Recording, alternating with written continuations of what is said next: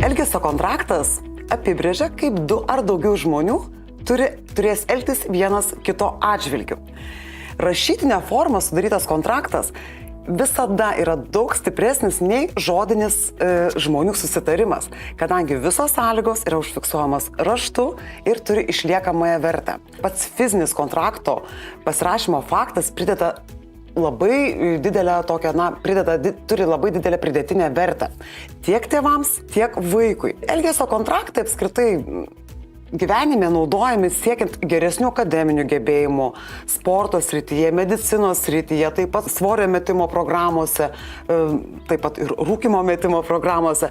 Taigi, iš principo, elgesio kontraktas tai nėra, kažkoks stebuklas, tai yra jau senai patvirtintas ir įgyvendinamas, kaip ir priemonė, metodas, kaip galima pagerinti vaiko elgesį ir, skatinti vaiko teigiamą elgesį. Elgesio kontraktas tai dokumentas, kuriame raštu nurodomas priklausomybės ryšys tarp pageidaujamo elgesio ir tam tikro apdovanojimo.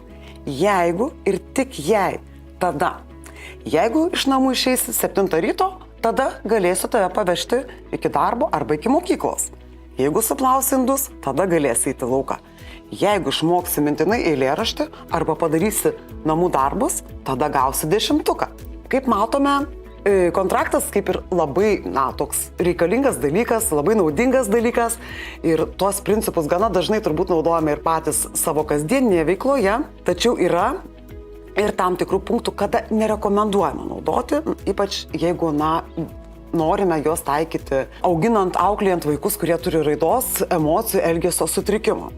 Elgesio kontraktas netinka, kai mokiname naujų įgūdžių, naujų žinių, naujų dalykų. Jis tinka tik tuo met, kai vaikas jau turi tam tikrus įgūdžius, kuriuos reikia įtvirtinti ir, kuriuos galbūt reikėtų, paskatinti, kad tie vaiko turimi įgūdžiai kuo dažniau ir kuo sklandžiau pasireikštų. Ir jau vaiko verbalinis suvokimas turi būti pakankamai išvystytas, kad galėtume pasitelkti tą elgesio kontraktą. Tam tikrais atvejais galime naudoti simbolius, piešinius, garsus, garso įrašus. Iš kogi susideda tas elgesio kontraktas? Pats elgesio kontraktas turi 3 privalomus blokus. Pirmas blokas tai bus užduoties aprašymas, antras apdovanojimo aprašymas ir trečias užduoties atlikimo žymėjimas. Dažniausiai praktikoje yra naudojamas Huvardo elgesio kontrakto modelis ir, dar tikrai dažnai pasitelkiamas yra Derisi modelis. Huvardo elgesio kontrakto modelis, jisai lengviausiai galbūt yra pritaikomas tėvams, auklėtojams, mokytojams ir tam tikrai nereikia, ypatingų žinių. Taigi, kaip jisai atrodo? Kaip ir matote skaidrėje, yra tokie tam tikri 4 blokai. Visų pirma, užduotis. Tai kas turi atlikti užduotį, ką turi padaryti ir kada tai turi būti padaryti. Ir kada tai turi padaryti. Taip? Apdovanojimas. Kas apdovanos, ką apdovanos ir kada apdovanos. Kitas blokas, irgi labai svarbus, tai yra parašai. Abiejų arba netgi 3 pusių. Ar ne? Tai gali būti mama, tėtis ir vaikas. Ir data. Būtinai data turi būti. Taip? Kitas svarbus blokas yra duomenų rinkimas, tai yra atlikimo žymėjimas. Jeigu norėsime jį įgyvendinti, arba pabandyti su savo vaiku, turite jas žinoti. Kalbant apie apdovanojimą, apdovanojimas turi sekti iš karto, negalime atidėlioti. Pradžioje reikėtų apdovanoti už mažesnius tam tikrus vaiko pasiekimus. Apdovanoti reikia dažnai ir neįtin gausiai. Apdovanoti reikia už atlikimą, bet ne už ketinimą atlikti. Būčiau pasiklojęs lovą, bet mama pasakė paskubėti, nes pavėluosime į mokyklą, ar ne? Tai jau bus nebeatlikimas. Kontraktas turi būti sudarytas sąžiningas. Sąžiningas kontraktas, kai, mes tėvai, apskritai tėvai, nebandysime apgauti vaiko, ar ne? Tai yra, jeigu čia, kaip pavyzdys, bet jeigu jisai tą padaro, tai ir dar galbūt tą galėtų padaryti. Tikrai ne. Mes turime visų pirma būti sąžiningi prieš vaiką. Sąlygos turi būti labai aiškios. Kontraktas turi būti nuoširdus ir būtinai pozityvus. Tai kuo mažiau tokių neigiamų turėtų būti žodžių, ar ne? Jeigu nemuši sesers, jeigu negausi 5, jeigu nešūkausi, ar ne? Ne. Tokių negali būti, kontraktas turi būti pozityvus. Jeigu padarysi taip ir pradėjus naudoti kontraktus, tai turi būti daroma sistematiškai, ar ne? Tai jau turime apsibrėžti. Tai yra, jeigu jau 1 savaitę, 2 savaitės, 3 savaitės, 4 savaitės, tai jau turi būti tam tikra, sakykime, sistema ir tam tikra struktūra. Būtina įtraukti visus susijusius asmenys į kontrakto sudarimą. Ir dėrėkitės ir dar kartą dėrėkitės. Tuoj pat nutraukite kontraktą, jei situacija negerėja. Klaidos, dėl kurių elgesio kontraktas kartais ir nesuveikia. Sudarėme kontraktą, lyg ir turėtų veikti, ar ne? Tačiau jis neveikia. Kodėl? Turime pasižiūrėti, ar kontraktas buvo aiškus ir sudarytas suprantamai. Galbūt trūko detalesnio aprašymo, priminimų, paveikslėlių. Ar kontraktas apskritai buvo prasmingas, gal reikalavo iš vaiko per daug pastangų, galbūt buvo numatytas per ilgas laikotarpis ir apdovanojimo teko laukti per ilgai, ir ar apdovanojimo dydis atitiko įdėtas pastangas.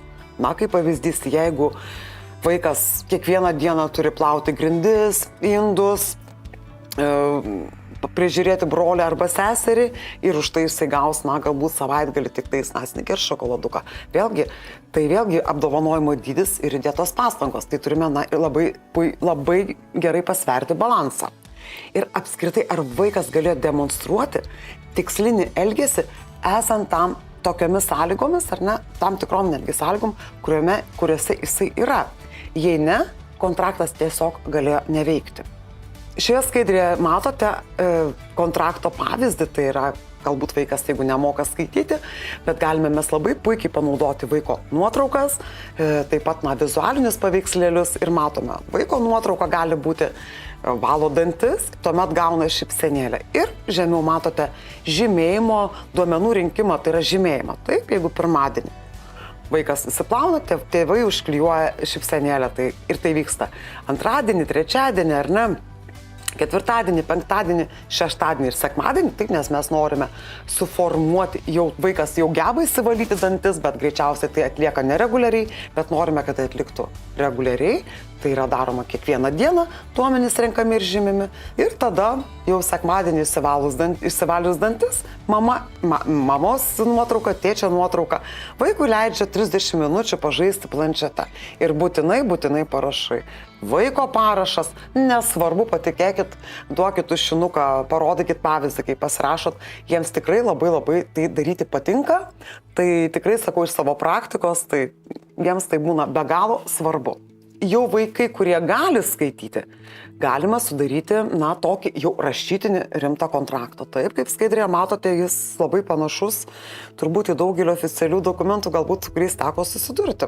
Ar ne? Tai yra visų pirma, būtinai turi būti kontrakto sudarimo data, miestas ir, aš, vaiko vardas, pavardė, galima netgi traukti pavardę, pasižadu, kad kiekvieną rytą, pirmadienis, antradienis, trečiadienis ir taip toliau, be mamos ar tėtės priminimo atsikėlęs ryte pasiklosiu lovą. Ar ne? Tai turbūt tai yra įgūdis, kur mes norime, vaikas moka kloti, bet vis reikia priminti. Taip. Ir toliau jau mama ir tėtis, nes labai svarbu, kad ir tėtis ir mama vaiko auginime ir auklėjime dalyvautų. Taip, pažadame, jeigu vaikas, įrašome vaiko vardą, kiekvieną rytą vėl išvardinam būtinai įrašykite visas dienas, taip, be mamos ar tėtės priminimo ryte atsikėlęs pasiklos lovą, mes sekmadienį ir žiūrėkite čia, kada, čia būtent tas Huvarto modelis, kada ir netgi labai tiksliai laiką, 11 valandą, važiuosime į McDonald'ą valgyti Happy Meal. Čia tas yra labai svarbus apdovanojimas, kada tikslus laikas, kur važiuosime ir ką pirksime.